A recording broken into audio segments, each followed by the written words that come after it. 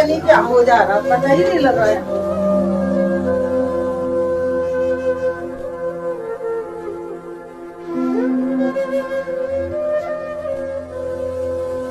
अभी 1 महीने से और एक बार हमने भरवाया, फिर इतना नहीं हो रखा था, इतना नहीं हो रखा था, भरवाया हमने।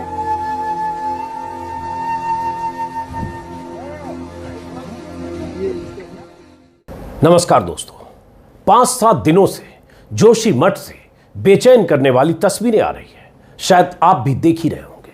अखबारों में, सोशल मीडिया में रोते बिलखते परिवारों और अपने आशियाने के जमींदोज होने की तकलीफ से बेहाल लोगों की तस्वीरें मैं भी लगातार देख रहा हूं। सोचकर मन कांप जाता है कि क्या बीत रही होगी उन पर जिनके घरों में पड़ी दरारें खतरे के निशान को पार कर गई हैं, जिन्हें अपना बोरिया बिस्तर समेटकर बक्से में अपने सामान भरकर अपने ही घर को हमेशा के लिए खाली करना पड़ रहा है ताकि उसे ढहाया जा सके, ध्वस्त किया जा सके। बच्चे, बूढ़े, महिलाएं, हर उम्र के लोगों की तकलीफें और सिसकियां उन दीवारों से टकराकर ज्यादा तीव्रता पैदा कर रही हैं जिन दीवारों पर उनके छत टंगे थे, जिन छतों के नीचे उनकी दुनिया बसी थी। मेहनत से कमाई गई जमा पूंजी लगाकर एक एक चीज को सहेज कर छोटे छोटे घर बनाए गए थे। आज उन सबको अपनी दीवारों से लगकर रोते हुए वो छत छोड़ने को मजबूर होना पड़ रहा है।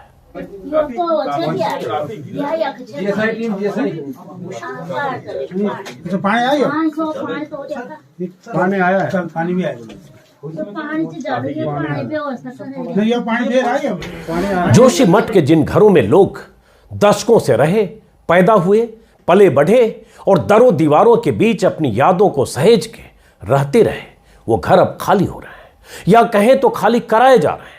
वो घर, वो मकान, वो दुकान, वो ठीहे अब सब दरारों की चपेट में है, जिन्हें जोशी मठ के लोगों ने दशकों की मेहनत और जमा पूंजी जोड़कर खड़ा किया था। वो सब अब ध्वस्त होने वाला है। ना पानी की जैसे परसों पहले इतना नहीं हो रखा था ना, रात को सोई में तो चड़क हुआ सारा। उस दिन से 4-5 दिन वो ये सारे फटे हुए थे। मैं यहाँ रात को नहीं गई था, ये लोग तो बीमार होके नीचे चले गए थे, तो रात को 3-4 दिन से तो बाहर जा रही है सोने के लिए। पहाड़ों के धड़कने से दरारों की जद में आ चुके 81 घरों को उनके ही वाशिंदों से खाली करा लिया गया है ताकि जान माल का नुकसान होने से पहले उन्हें ढहाया जा सके, उन घरों को जमींदोज किया जा सके जो दरारों की चपेट में आकर 2, 4 या 6 फांक होने की तरफ बढ़ रहे हैं। खबरें आ रही हैं कि जोशी मठ के 678 भवनों को खतरनाक घोषित किया जा चुका है। दरारों की तीव्रता को देखते हुए ये सब खाली कराए जाएंगे ताकि दीवार दरक कर गिरने और जमीन फटने से पहले लोगों को वहां से हटाया जा सके।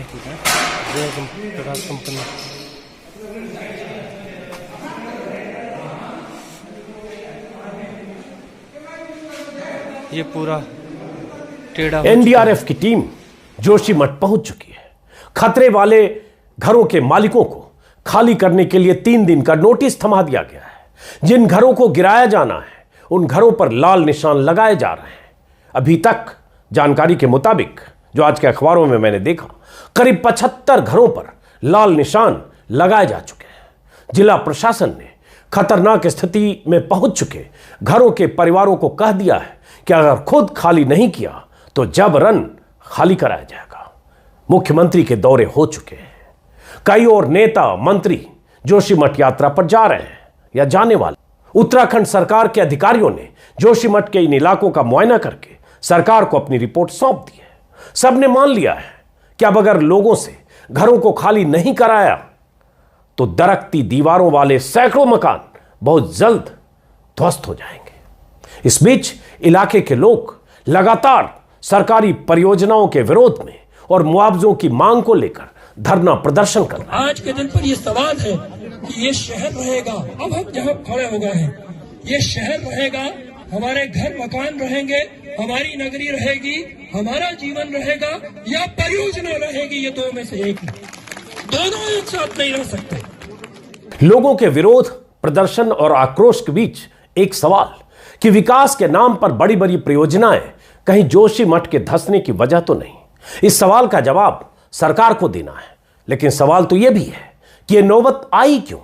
ऐसा क्यों हुआ कि दशकों पहले की रिपोर्ट्स और चेतावनियों के बाद भी सरकार की नींद कभी जोशीमठ को लेकर खुली ही नहीं? मकानों के दरकने का सिलसिला तो सालों से जारी है। जोशीमठ बचाओ संघर्ष समिति का आंदोलन भी सालों से जारी है। जोशीमठ को दरकने और धंसने से बचाने की लड़ाई लड़ रहे लोग लगातार सरकार को चिट्ठियां लिखते रहे, लेकिन सरकार की आमद तब हुई जब मकान पूरी तरह से धंसने के मुहाने पर आ गए, जब दरारें चौड़ी हो गई, दरारों के नीचे से पानी की आवाजें आने लगी। मेरे हाथ में कुछ चिट्ठियां हैं जो जोशीमठ बचाओ संघर्ष समिति की तरफ से सीएम उत्तराखंड के और जिला प्रशासन को लिखी गई हैं। इन चिट्ठियों के मुताबिक विकास के नाम पर जोशीमठ और आसपास में हो रहे भारी निर्माण की वजह से जमीन धंसने का सिलसिला तेज हुआ है।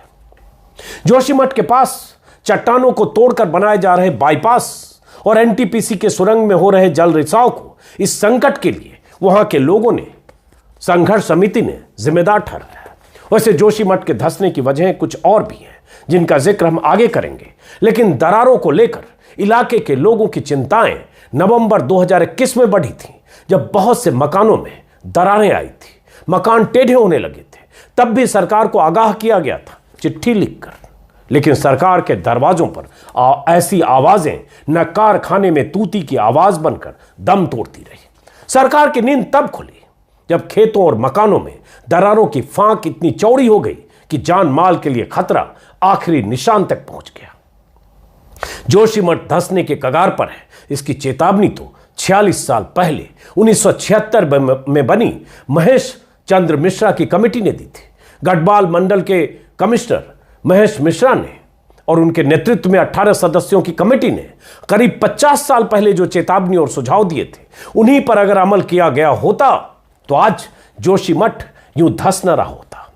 मिश्रा कमेटी ने साफ साफ कह दिया था कि जोशीमठ कभी भी दरक सकता है, धंस सकता है, अगर यहां बड़े पैमाने पर निर्माण को न रोका गया, पहाड़ों में विस्फोटों पर पाबंदी नहीं लगाई गई, पक्के ड्रेनेज पर रोक नहीं लगाई गई, ईंट, सीमेंट और बजरी के व्यापक इस्तेमाल नहीं रोके गए, तो जोशीमठ को सिंक होने से, धंसने से कोई रोक नहीं सकता।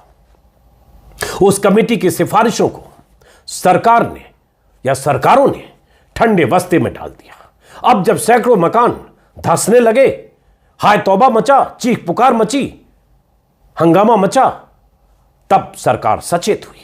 आज उत्तराखंड सरकार की तरफ से यह कह देना आसान है कि हमने रेस्क्यू प्लान बना लिया है, कह देना आसान है कि लोगों को सेफ जगहों पर शिफ्ट किया जाएगा, कह देना आसान है कि सरकार जिनके घर खाली कराएगी उनके पुनर्वास की व्यवस्था कराएगी, कह देना आसान है कि जिन्हें विस्थापित किया जा रहा है उन्हें 4000 महीना किराया दिया जाएगा। लेकिन जिनके घर ध्वस्त होने के मुहाने पर है, उन्हें ताउम्र के लिए जो तकलीफ मिली है, अपने आशियाने से बेदखल हुए, उनका गुनहगार कौन है?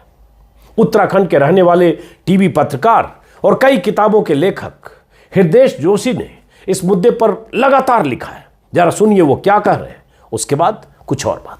देखिए, ये समझना महत्वपूर्ण है कि जो इस वक्त कोई 6000 फीट की ऊंचाई पर बसा हुआ जोशीमठ है, वो इसलिए कोई एक वजह से संकटग्रस्त नहीं है, उसकी कई वजहें हैं। पहली वजह तो उसकी अपनी जियोग्राफी है, जो लगातार बताया जा रहा है कि वो एक ऐसे कच्चे मलबे पर टिका है जो ग्लेशियरों ने वहाँ छोड़ा है। यानी हज़ारों साल पहले यहाँ कभी ग्लेशियर हुआ करते थे, जैसे हमें उच्च हिमालयी इलाकों में दिखते हैं, और वो ग्लेशियर जब पिघल गए तो उनका छोड़ा हुआ मोरेन, जिसे हम जियोलॉजी की भाषा में कहते हैं, तो उस पर ये शहर टिका हुआ है। और उसके बाद अगर आप इसकी पिक्चर्स देखें जो अभी इंटरनेट पर और कई न्यूज़ चैनलों पर भी दिखाई जा रही हैं, कि पिछले 100 साल में जो यहाँ परिवर्तन आया है वो अभूतपूर्व है। यानी कोई कुछ 100 की आबादी वाला ये शहर आज 25,000 की आबादी वाला, नियमित आबादी वाला शहर है। कई होटल यहाँ हैं, बहुमंजिला घर यहाँ पर बने हैं, और यहाँ पर निर्माण कार्य लगातार हुए हैं, उन पर मैं आता हूँ। लेकिन उससे पहले ये बताना ज़रूरी है कि यहाँ कई सारी नदियाँ बहती हैं, और उन नदियों की जो कॉन्ट्रीब्यूटरीज़ हैं, ट्रिब्यूटरीज़ हैं, सहायक जलधाराएँ हैं,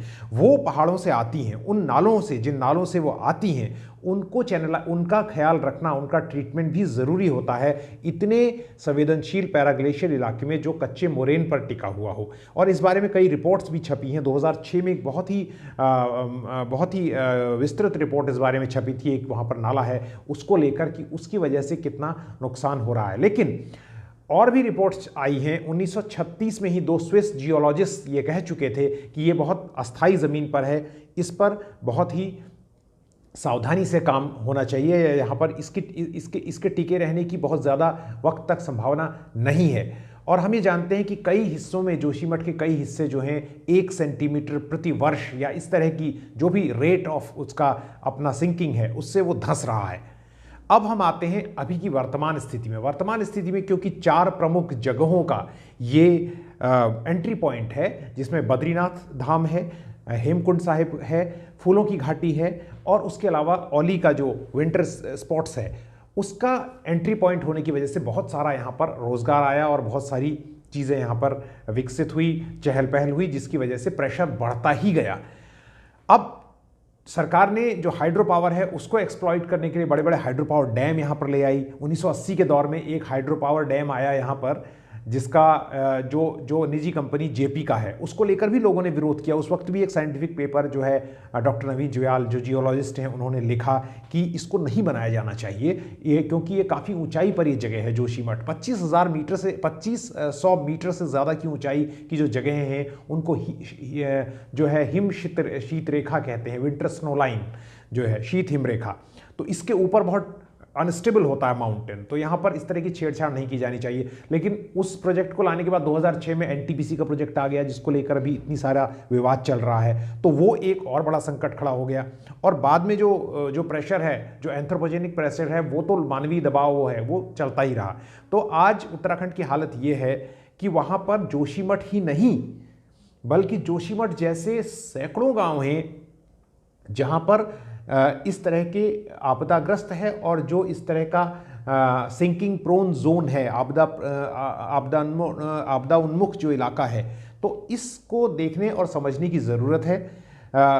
ये जो हाइड्रो पावर प्रोजेक्ट हैं ये कोई 1-2 हाइड्रो पावर प्रोजेक्ट नहीं है, इनके लिए बहुत सारी ब्लास्टिंग होती है, इनके लिए बहुत सारा तोड़फोड़ होता है। इस तरह का जो हमने खुद रिकॉर्ड किया है, एज ए रिपोर्टर मैंने खुद रिकॉर्ड किया है कि वो वहाँ पर किस तरह से नियमों का उल्लंघन होता है। तो ये चीज़ें जो हैं सरकार को ध्यान में रखनी होगी और उससे ये भी समझना होगा कि 25,000 की आबादी वाले जोशीमठ को कहीं ले जाके दूसरी जगह, जो अब एक इनएविटेबल लगता है, जो बिल्कुल लगता है कि अवश्यंभावी घटना है, ये पुनर्वास करवाने के साथ वो इतने गाँवों में जो दूसरे भी आपदा उन्मुख गाँव हैं उनका पुनर्वास कैसे करेगी, तो ये बड़ा सवाल हमेशा बना रहेगा। जोशीमठ तो दरक रहा है, धंस रहा है, 25,000 घर परिवार वहां है। क्या सरकार करेगी, कितनों को विस्थापित करेगी, और कुछ सवाल जो हृदय जोशी ने उठाए।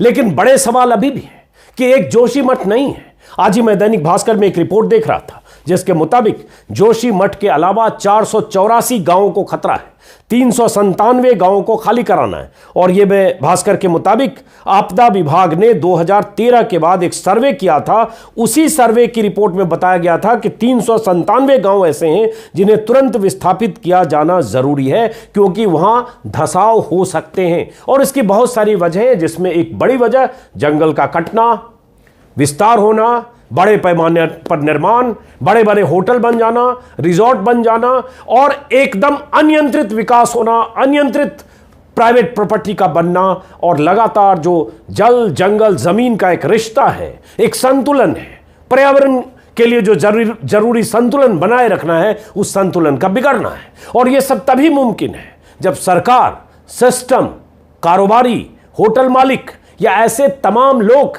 एक गठजोड़ बनाकर पहाड़ों में जमीन खरीद फरोख्त करने से लेकर इमारतें बनाते हैं, और किसी भी कायदे कानून से उन्हें कोई मतलब नहीं होता, बेफिक्र होकर बनाते हैं। और तब ऐसी स्थितियां पैदा होती हैं या आने वाले दिनों में होगी। जोशीमठ की कहानी थोड़ी अलग जरूर है, जो हृदय ने भी कहा और जो पहले कई बार कहा जा चुका है कि जोशीमठ, जो मिश्रा कमेटी में भी कहा गया था कि जोशीमठ भूस्खलन जो पहले नहीं, सैकड़ों हजारों साल पहले, उससे जो मलबा जमा, वो मलबा जमते जमते ऐसी स्थिति आ गई कि पहाड़ की तरह दिखा और उस पर जोशीमठ बस गया। तो एक कभी न कभी ऐसी स्थिति पैदा होनी थी, लेकिन वो स्थिति और उस स्थिति को पैदा होने के लिए जिम्मेदार वो सारे तत्व और कारक हैं जो आसपास विकास की शक्ल में है, जिसका जिक्र जोशीमठ बचाओ संघर्ष समिति भी कर रहा है और हृदय जोशी ने भी कहा।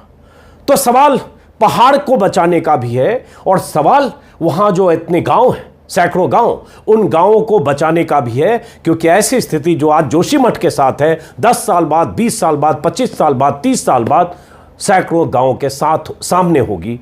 लेकिन क्या सरकार किसी ऐसे लॉन्ग टर्म प्लानिंग के तहत काम करेगी? ये बड़ा सवाल है। फिलहाल इस वीडियो को खत्म करते हैं। मैं जोशीमठ नहीं जा पाया, इसका मुझे खेद है। कोशिश करूंगा कि अगर वहां कोई ऐसी स्थिति बनती है तो मैं जाऊं। फिलहाल इस वीडियो को खत्म करते हैं। नमस्कार।